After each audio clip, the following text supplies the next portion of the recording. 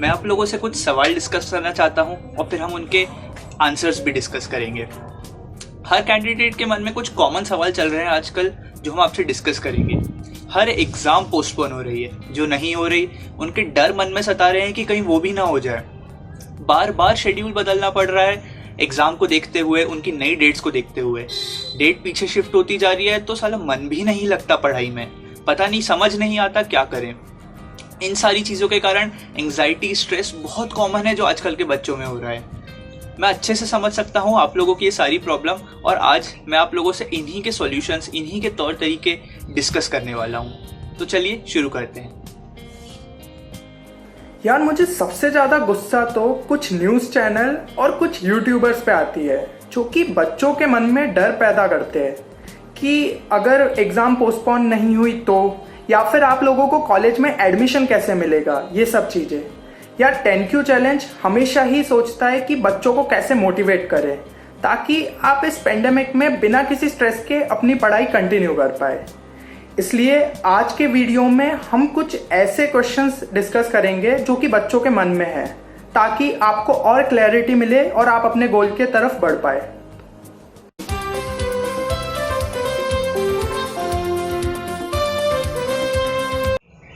देखिए, इसके लिए तो आपको बस एक चीज़ का ध्यान रखना है, हमें सिर्फ सब्जेक्ट सीखने पे ध्यान लगाना है, एग्ज़ाम क्रैक करने के लिए नहीं। सब्जेक्ट आ जाएगा तो फ़र्क ही नहीं पड़ता कि एग्ज़ाम आज हो या कल हो, हमें एग्ज़ाम क्रैक हम कर ही लेंगे, ईजी सी बात है। क्योंकि आप उस चीज़ के लिए प्रिपेयर्ड रहेंगे, क्योंकि आपको सब्जेक्ट अच्छे से आता है। एग्ज़ाम पॉइंट ऑफ व्यू से प्रिपेयर करेंगे तो आपकी एक्सटर्नल एनवायरनमेंट के कारण काफ़ी चीज़ें नेगेटिव इन्फ्लुएंस होंगी जिसका आपकी प्रिपरेशन पे फ़र्क पड़ेगा।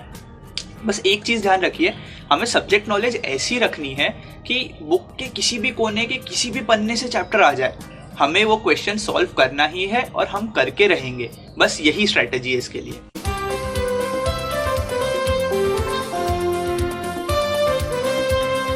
यार मेरी सलाह यही रहेगी कि आप पिछले चैप्टर के आर्काइव्स ट्राई करिए और साथ ही साथ नए चैप्टर्स की थ्योरी स्टार्ट कर दीजिए। तो इससे ये होगा कि आपके दोनों पोर्शन साथ साथ चलते रहेंगे। अच्छा, अब यार एग्ज़ाम में क्वेश्चन कहीं से भी आ सकता है, तो हमें अपनी प्रिपरेशन ऐसी रखनी है ताकि कोई भी क्वेश्चन ना छूटे। तो आप जो चैप्टर्स अभी तक आपके छूट चुके हैं उनकी एक प्रायोरिटी लिस्ट बनाइए, ठीक है। अब जो भी सबसे इंपॉर्टेंट चैप्टर है उसको पहले कीजिए और ऐसे करते करते सारे चैप्टर्स को कंप्लीट करिए। तो इससे क्या होगा, आपका नया पोर्शन तो चलता ही रहेगा, साथ ही साथ पुराना भी रिवाइज होता रहेगा।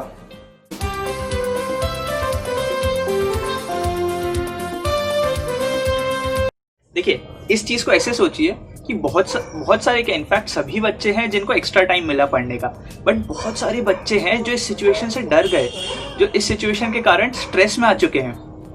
बस हमें यही ध्यान लगाना है कि हमको इस डर को हराना है। सब्जेक्ट जो है हम अपनी मेहनत, लगन और डेडिकेशन से सीख ही लेंगे, बट एक बार अगर ये डर हार गया ना, एक बार हमने इस डर को हरा दिया तो फिर फर्क ही नहीं पड़ता कि कट ऑफ बढ़े या कम हो, क्योंकि आप कट ऑफ से काफ़ी ज़्यादा ऊपर निकल जाएंगे उसके बाद। हाँ, एंड मैं लिख के दे रहा हूँ कि जब आपका पेपर अच्छा जाएगा ना, तो मैं आपको लिख के दे रहा हूँ कि आप कट ऑफ देखेंगे भी नहीं, क्योंकि आपके मार्क्स कट ऑफ से बहुत ऊपर होंगे।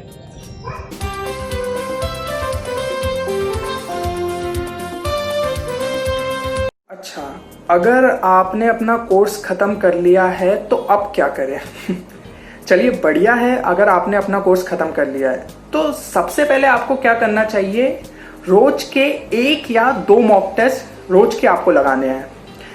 तो और उन मॉक टेस्ट को जब आप अटेम्प्ट कर रहे हैं तो आपको ऐसे सोचना है कि आप अपनी मेन एग्जाम दे रहे हैं, चाहे फिर वो मेंस हो, एडवांस हो या बिट सेट या जो भी कॉम्पिटिटिव एग्जाम की आप मॉक टेस्ट दे रहे हैं। तो अब आते हैं कि आपको नंबर ऑफ मॉक टेस्ट रोज के कितने देने चाहिए। तो मेरी सलाह यही रहेगी कि आप कम से कम 2 मॉक टेस्ट तो दीजिए, एक सुबह और एक शाम को। अच्छा, अब मॉक टेस्ट सॉल्व करने से ज़्यादा ज़रूरी है उसका एनालिसिस करना। तो मॉक टेस्ट खत्म होने के बाद आप ये देखिए कि आपसे कौन से क्वेश्चंस नहीं बने या फिर आपने छोड़ दिए, यानी कि मतलब गलत हो गए। तो फिर आप उन क्वेश्चंस को फिर से अटेम्प्ट कीजिए टाइम ख़त्म होने के बाद और देखिए क्या आपसे अब वो क्वेश्चंस बन रहे। इन केस अगर आपसे क्वेश्चन बन जा रहे, इसका मतलब कहीं ना कहीं आपकी स्पीड थोड़ी स्लो रह गई, इस वजह से वो क्वेश्चंस आप पेपर में नहीं अटेम्प्ट कर पाए।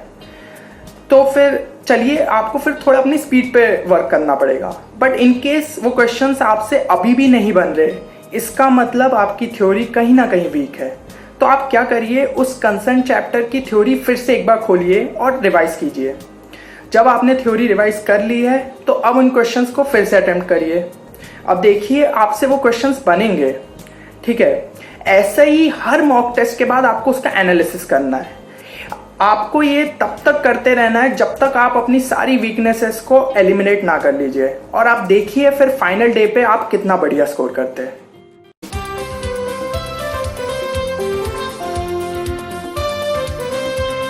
देखिए, आप मुझे एक ऑनेस्ट बात बताइए कि क्या आप जब बिट्स पिलानी या फिर आईआईटी बॉम्बे या रुड़की की फोटो देखते हैं तो क्या आपके रोंगटे नहीं खड़े हो जाते हैं? क्या आपको ऐसा नहीं लगता कि एक बार ये कॉलेज अचीव कर लिए तो लाइफ में सारी सक्सेस मिल जाएगी? मैं तो ये कहता हूँ आप लोगों के लिए एक अच्छी सजेशन यही है कि जो भी आपका ड्रीम कॉलेज है ना, उसकी एक तस्वीर अपने डेस्क पे चिपका लीजिए, या फिर कोई एक मोटिवेटिंग कोट्स, गूगल पे काफ़ी सारे ऐसे मोटिवेटिंग कोट्स हैं जो आपको मिल जाएंगे जो आपको मोटिवेट कर सकते हैं, उसकी एक प्रिंट आउट लीजिए और अपने डेस्क पे चिपका लीजिए। जब भी आपको मोटिवेटेड लगे बस एक बार ये फोटो या ये कोट देख लीजिए। मैं लिख के दे रहा हूँ, पढ़ाई में झट से वापस मन लग जाएगा। इनफैक्ट मैं तो ये भी कहूँगा कि आप अपने सिर्फ उन दोस्तों से बात करिए जो इस सिचुएशन में पॉजिटिव हैं, जो आपको मोटिवेट करते हैं कि आप अपने ड्रीम कॉलेज को अचीव कर सकते हैं।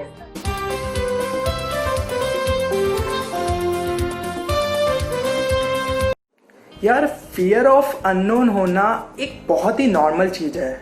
ये चीज़ें यार सबके साथ होती है। बट एक चीज़ याद रखना कि हिस्ट्री में भी हम उन्हीं लोगों को याद रखते हैं जिन्होंने अपने डर पे जीत हासिल की और कुछ बड़ा अचीव किया। तो यार अब जो ये 1-2 महीने बचे हैं ना एग्ज़ाम के लिए, इसमें अपनी पूरी जान लगा दो, एक प्रॉपर स्ट्रेटजी फॉलो करो और साथ ही साथ खुद को मोटिवेट रखो कि आपके दिमाग में कोई भी तरीके के नेगेटिव थॉट्स नहीं आने चाहिए। आपको हमेशा ही पॉजिटिव रहना है।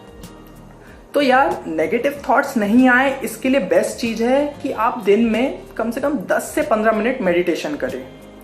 इन केस अगर आपने अभी तक कभी भी ऐसा मेडिटेशन ट्राई नहीं किया है तो आप सबसे पहले ब्रीदिंग एक्सरसाइज भी ट्राई कर सकते हैं। इसमें मतलब सिंपली आपको इनहेल और एक्सेल करना है, इनहेल एक्सेल।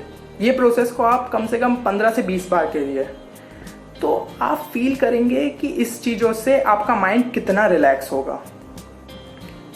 और यार एक और चीज़ सोचा करो कि 2 महीने बाद जब भी एग्ज़ाम आपका होगा और आपका रिज़ल्ट आएगा और आप अपने पेरेंट्स को अपना रिज़ल्ट बताएंगे, तो उनके चेहरे पे जो खुशी रहेगी ना, वो यार आप मतलब इमेजिन भी नहीं कर सकते हो कि उनको क्या, मतलब एक अलग ही प्राउड मोमेंट होता है। और साथ ही साथ ये भी सोचो कि जब आप कॉलेज जाओगे तो उसके एंट्रेंस गेट पे जब आप फ़ोटो खींचोगे और अपने सोशल मीडिया अकाउंट पे डालोगे, जैसे कि FB या इंस्टा पे, तो फिर आपके दोस्तों के रिएक्शन देखने लायक रहेंगे। आपके मतलब कुछ ऐसे वर्ड्स नहीं रहेंगे कि उनको क्या ही कहे, बस एक हल्की सी मुस्कान आ जाएगी।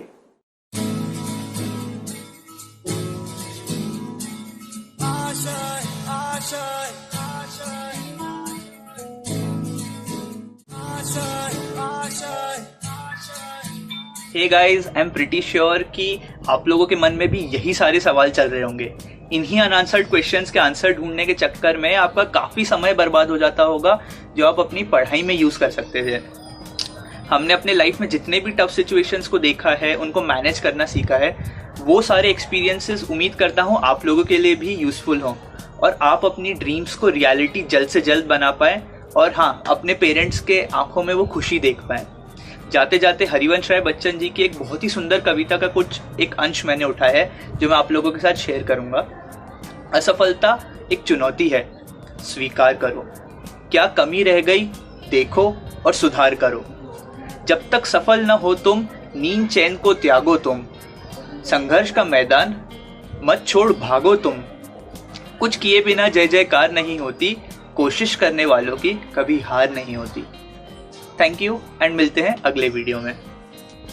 आगे आने वाले वीडियोस में हम अपने और भी एक्सपीरियंसेस और इसी प्रकार के मोटिवेशनल वीडियोस आपके लिए लाते रहेंगे। तो जाते जाते बस यही कहना चाहूँगा कि यूं आसमान को छूने की कोशिश में कुछ उड़ान हम भी भरते हैं, यूं आसमान को छूने की कोशिश में कुछ उड़ान हम भी भरते हैं। चाहे कोशिश छोटी ही सही, चाहे कोशिश छोटी ही सही, पर दिल में कुछ कर गुजरने का हौसला हम भी रखते हैं।